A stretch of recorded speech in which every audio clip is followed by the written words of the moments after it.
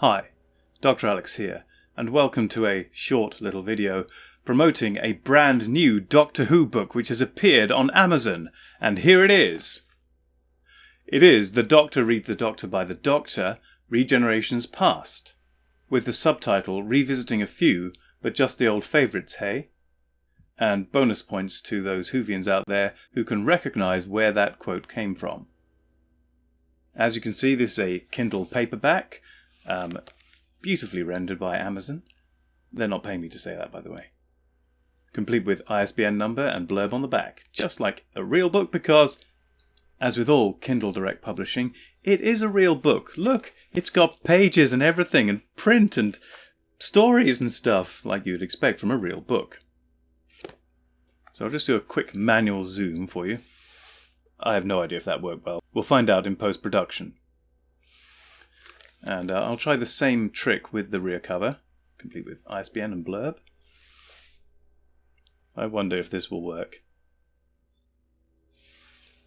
But for now I'm going to put this down because I'm going to be using another version of this which I have, a unique one-off hardback copy that I've got printed, which was specially designed as a prop to aid reading bits of the book to you in this video.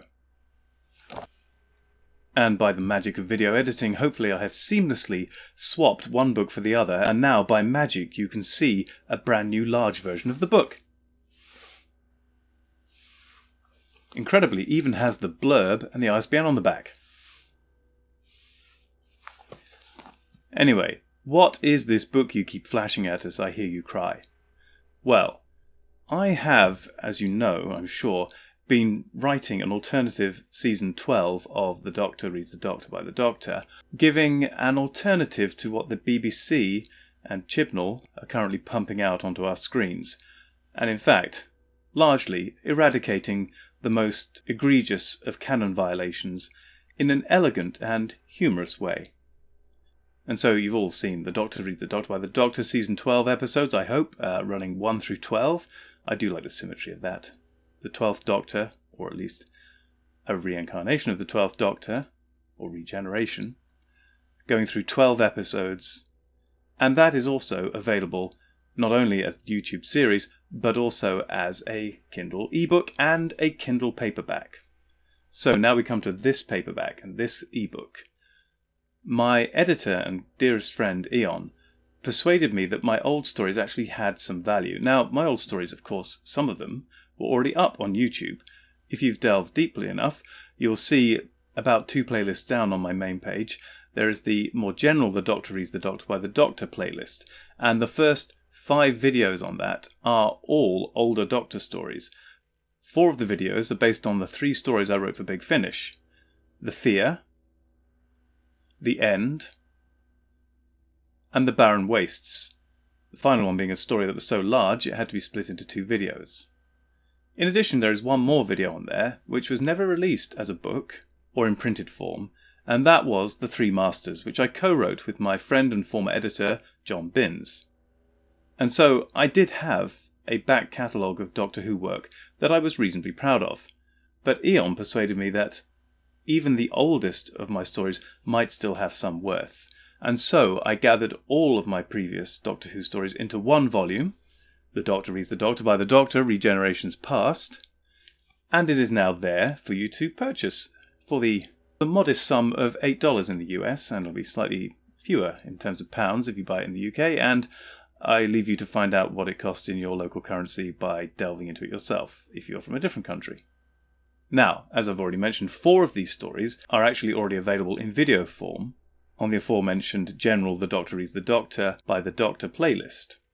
The other 4 stories in here have never been read by me as a video, and while some of them have been published in various forms, all of the stories in this volume are out of print, which is why I have collected them together, having been convinced of their relative value, even the earliest and rawest of them, and have put them once again on paper so they are available to be read by one and all. Now, I'm not going to read any of the additional stories today from here, and who knows, maybe I never will, because, well, as you know, I've already done that for half of them, and for the other half, well, you can get the book and see what they're like. But I will go through and read some of the preamble for each story, and the preamble for the book. So first of all, I'll read the foreword, which is the preamble to the entire book. As some people may be aware, I've been spending much of my time recently writing what amounts to an alternative Doctor Who Season 12. This arose in part through being inspired by the current state of Doctor Who, and in part through running out of past material to use for dramatic readings in Doctor Who videos. The third reason was that I was inspired by my dearest friend Eon, in that I really wanted to work with her again. And so it proved to be. The new season of The Doctor allowed us to work together, both as dramatic readers and in her capacity as script editor. It was also Eon who formed part of the reason for the creation of this book. Before writing the first episode and later chapter of The Doctor Reads the Doctor by the Doctor Season 12 in 2019, I had not really written anything beyond the odd fragment for 10 years. Before that, I had 2 or 3 stories for small publications or for fun and pleasure, following my largest sustained published fiction output from 2003 to 2004, the Doctor Who stories published by Big Finish over their Short Trips range of books. However, prior to that period, I had written and had published other works by a far younger me, and works to some extent I was less pleased with.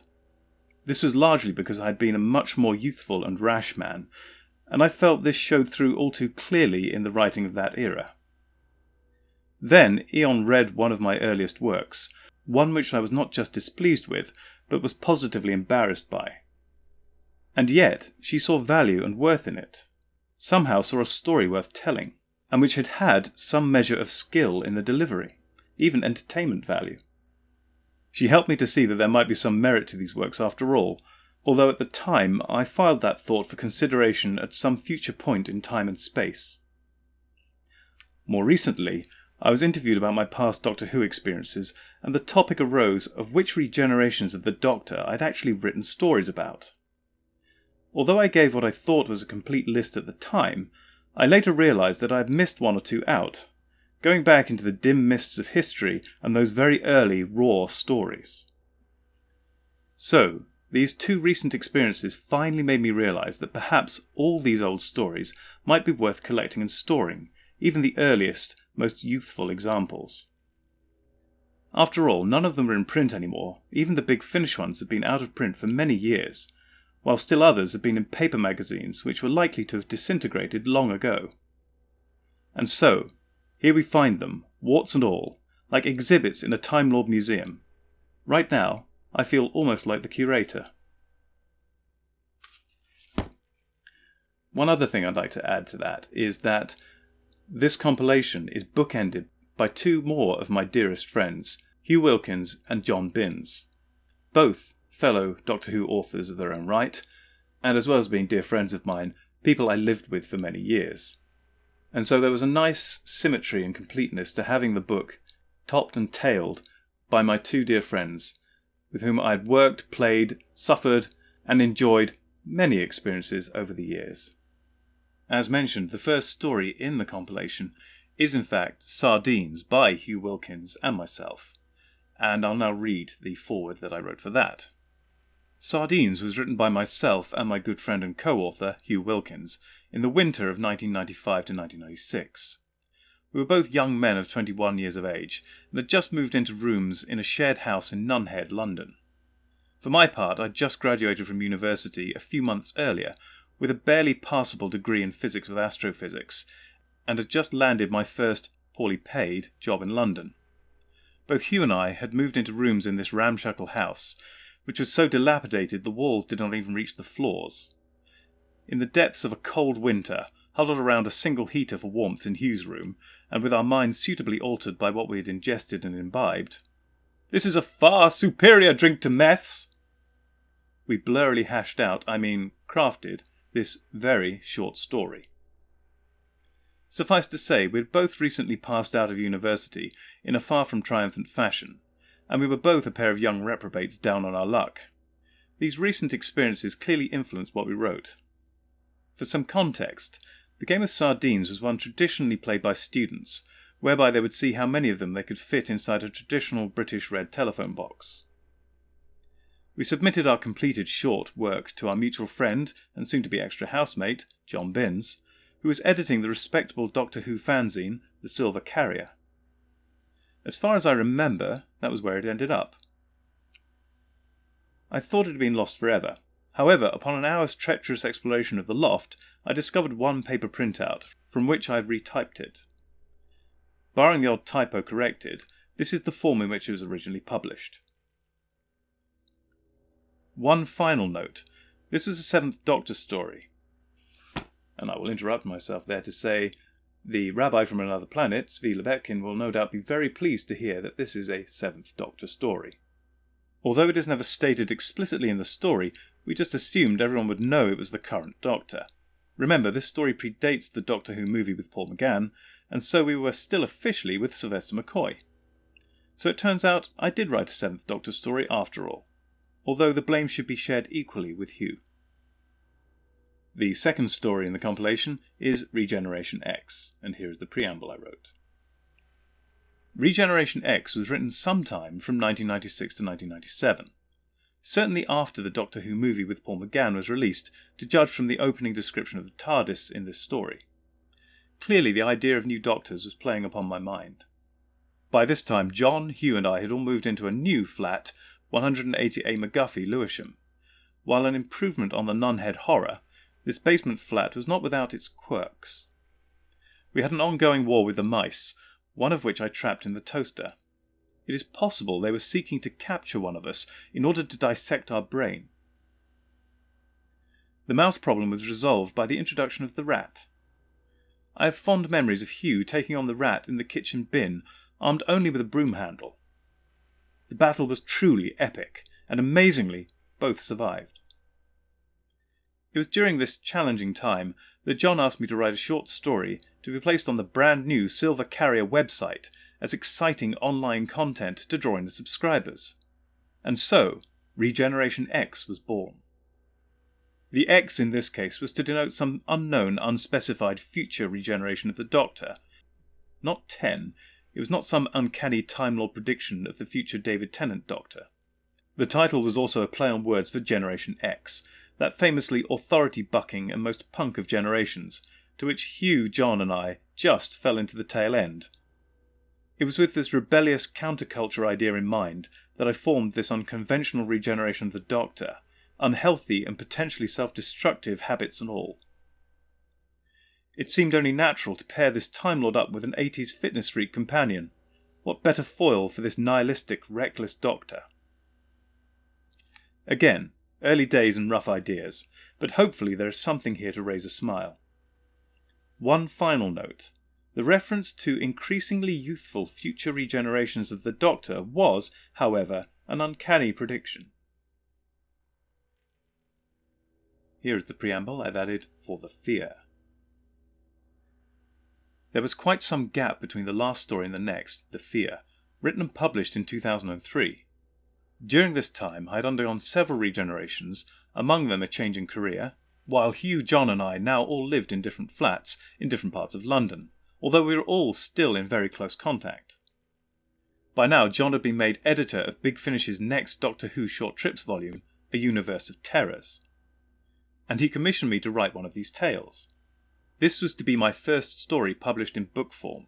All I was told was the volume title, and this formed a vague theme for the stories, but beyond that and the word limit, I was left to my own devices, at least until the submission deadline arrived. The Fourth Doctor is the Doctor I was born with, and naturally my favourite Doctor, and it was some surprise to me when I realised I had never actually written a story about that regeneration. And so, of course, I went and did it. I also could not think of a better Doctor for which fear would be a foreign land, and for whom making him afraid would prove most challenging. This became the basis of the entire story. I was very happy with the completed work when I handed it over to John.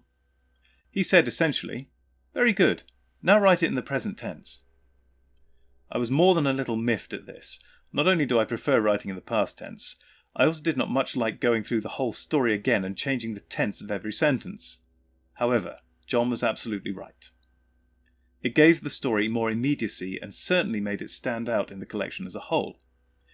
I always trust John as an editor. One final note. This was the first of the stories included in this volume of which I was actually quite proud, from the beginning and even to this day. It was also the first story I actually got a paid commission to write, which no doubt helped me feel like a proper author. It was also written 12 years before Stephen Moffat had the 12th Doctor trapped and endlessly tortured by a mysterious entity. And now the preamble for The End. The End followed fairly rapidly upon the heels of The Fear, being commissioned, written and published in early 2004. Again, it was requested by Big Finish through John Binns, who was editing the Doctor Who Short Trips volume, Life Science. Once more, beyond the vague theme of the volume title, I was largely left to my own devices, within the constriction of the word limit. It is possible that John might have suggested I write for a Doctor other than the 4th Doctor. He knew only too well my preference for that particular regeneration. But it seems strange to me, even at the time, that I was drawn to writing this story about the 8th Doctor, mostly. The 1996 film was far from my favourite Doctor Who experience, an impression shared by John and Hugh, as we had all watched it together when it originally aired, and had all experienced a similar reaction. However, the energy and positivity of Paul McGann's 8th Doctor was definitely something I could work with, and I enjoyed his portrayal of the character, even if that particular script had left a little to be desired. I had also been subjected, at least second-hand, through conversations with John and others, to some facts and histories of the 8th Doctor, as portrayed largely through Big Finish's short story, novel and audio adventure productions. I had a particularly dark idea for a life science story, and I felt this upbeat and positive Doctor an ideal and unexpected character to play in it. I also placed it as far towards the end of the 8th Doctor's regeneration as possible, and played up the fallibility of his memory. I did both these things in order to be as unbeholden to the current 8th Doctor canon as possible, and to cover my own ignorance of it. Ironically, as a result, the story briefly became the last story in the 8th Doctor official canon, at least until somebody came along and sneaked in an even later one, somehow. Remember, the only canon we had at this time was what was agreed upon online in various official databases. The reboot of Doctor Who by the BBC was still well over a year away. One final note. This is not just an 8th Doctor story, and without introducing too many spoilers, it was the first time I got to write for another particular regeneration of the Doctor. It was also 2 years before Russell T Davies decided to have the Doctor visit a planet orbiting a black hole, but with slightly less scientific accuracy. And now, the preamble for The Barren Wastes.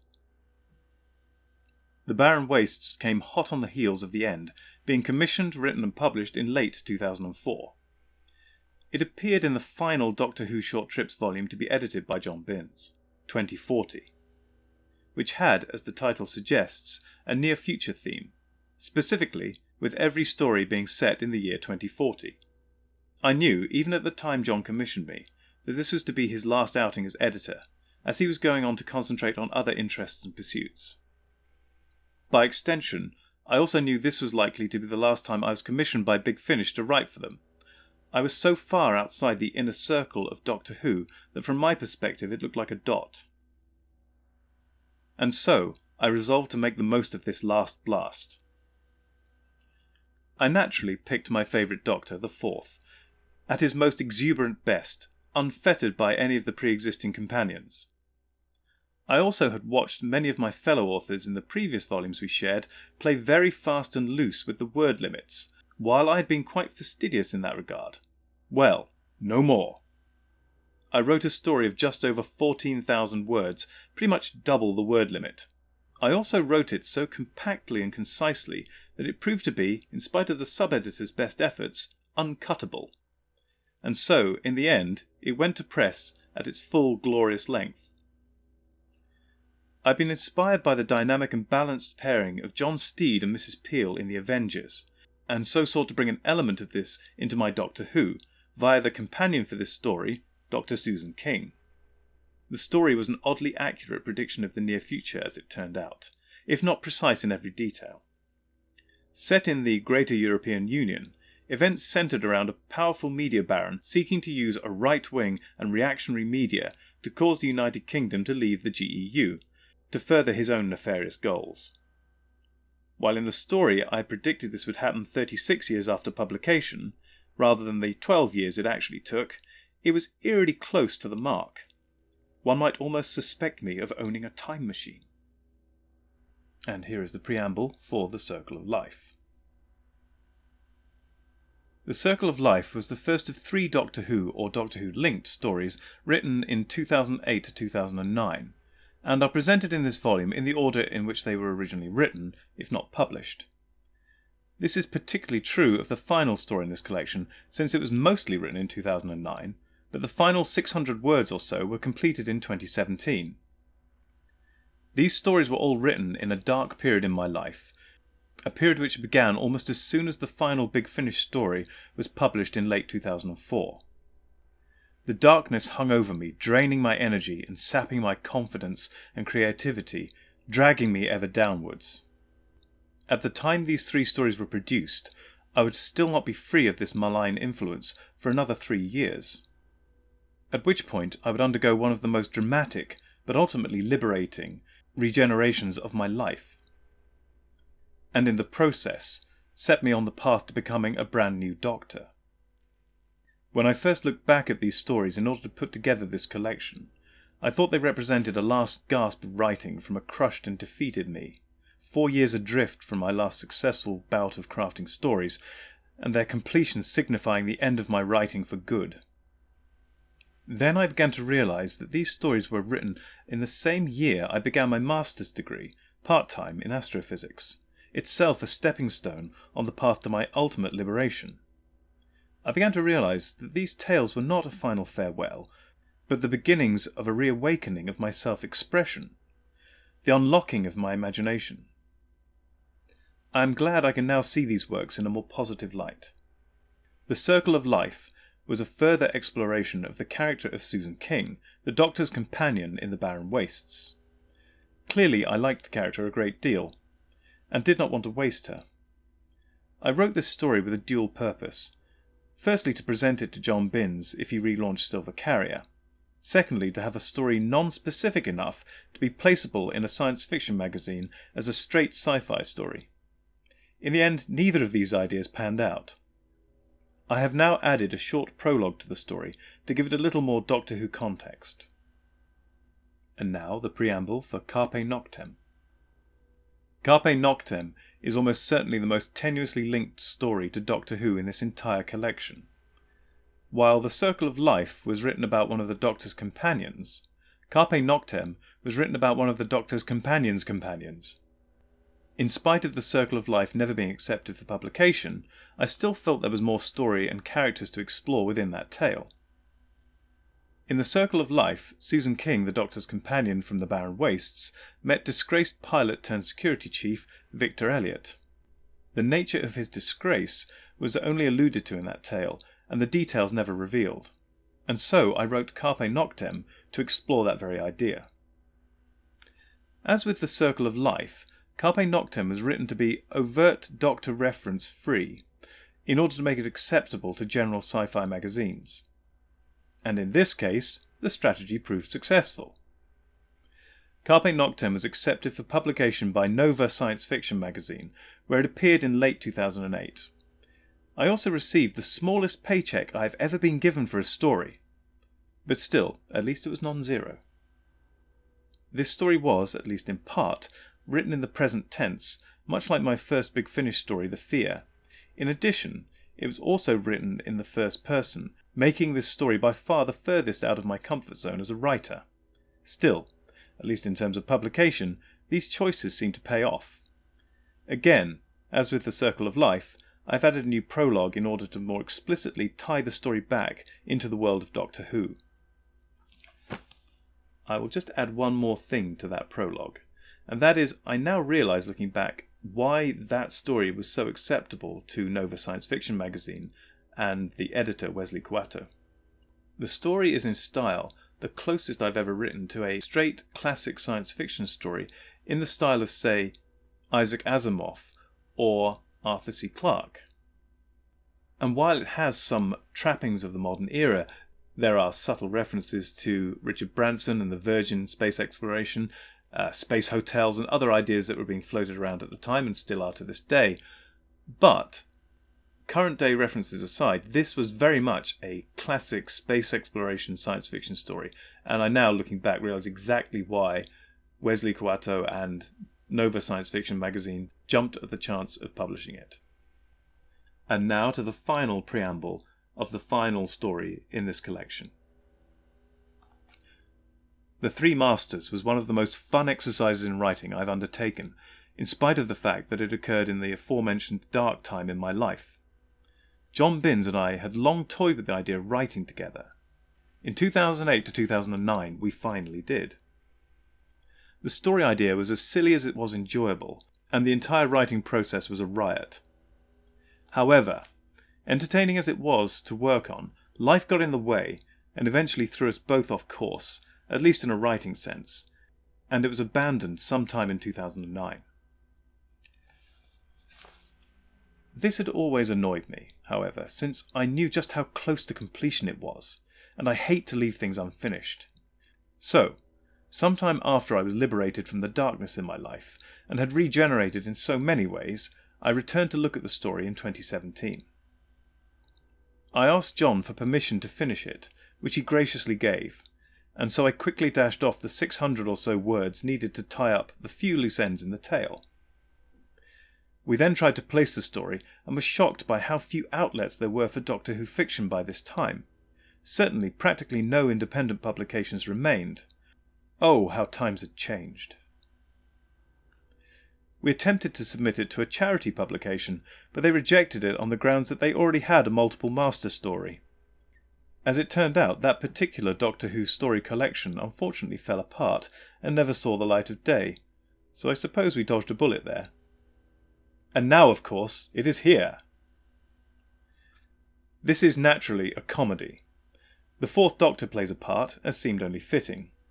The First Master was depicted as the most competent and practical of his regenerations, whose plans were the most considered and geared towards some level of acquisition of power and domination.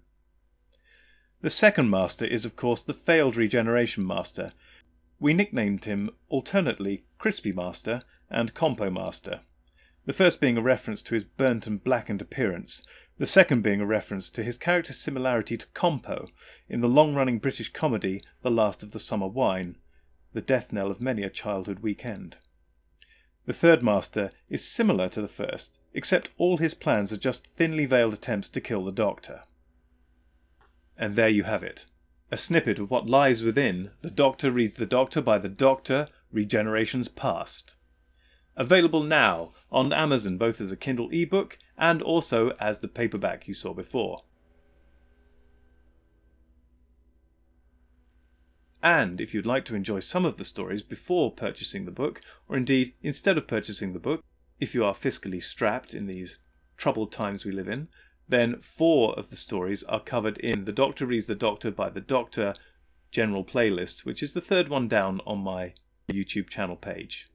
Anyway, I think I've covered everything I need to say at this point, and so to all my listeners and viewers, I look forward to seeing you all in the next video, whatever that may be, and until then, take care.